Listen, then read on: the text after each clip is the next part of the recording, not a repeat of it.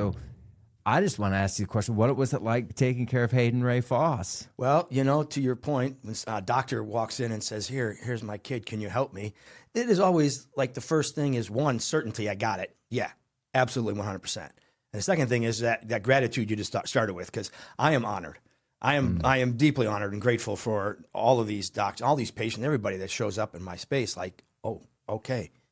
And being humble is a challenge a lot of times, but staying in myself helps. And when I'm working with families and kiddos, they're real. The kids are on the floor. So that's where I go. Meet them where they're at, right? So my first heart is just thank you. And I'm honored to be trusted. And in everybody's mind, we're always questioning self, right? And you're always like, well, is it this? Can I?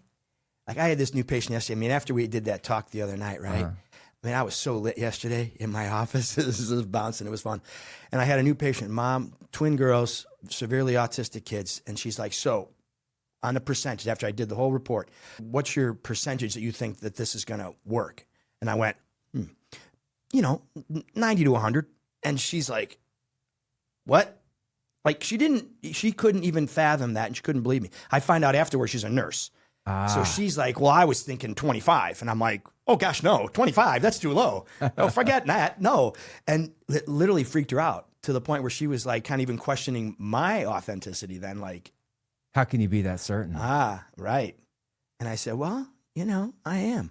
And then she asked a bunch of questions. I told her a bunch more stories about other patients that we've seen and similar age group, 9-year-old. Mm-hmm. And she's like, oh, okay, well, I'm in. And I said, well, I'm glad. Let's get this ball rolling. Yeah. So the mom came without the kids because, again, they can't sit through a conversation. So we'll see how that all bounces. But where do you get your certainty from then? Because I understand and get it, but how do you become so dang certain? How do you know what you know? Honestly, Dave, certainty comes from practice. Right. Certainty comes from being able to be in circumstances with people on their journey, understanding that that's their journey, not my journey, but that's theirs. I'm not here to change their plan. God's got a plan for every person, not my plan.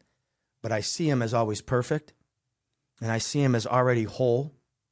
And as we go through this journey, my job is just to keep seeing him as whole. And then, wow, they start showing up as whole. Yeah. So we hold space. So the certainty comes from just, I don't know how many adjustments I've given in my lifetime, but a lot. Yeah. Right? And circumstances that God's put in front of me where I could either have walked past it and not done anything and just said, well, that's not my problem. Or as I always do, I stepped in and I said, I don't know what's going to happen here, but let me see this. I'm just a chiropractor. So let me just see if this works. Oh, look at that seizure stopped. Oh, look at that heart attack stopped.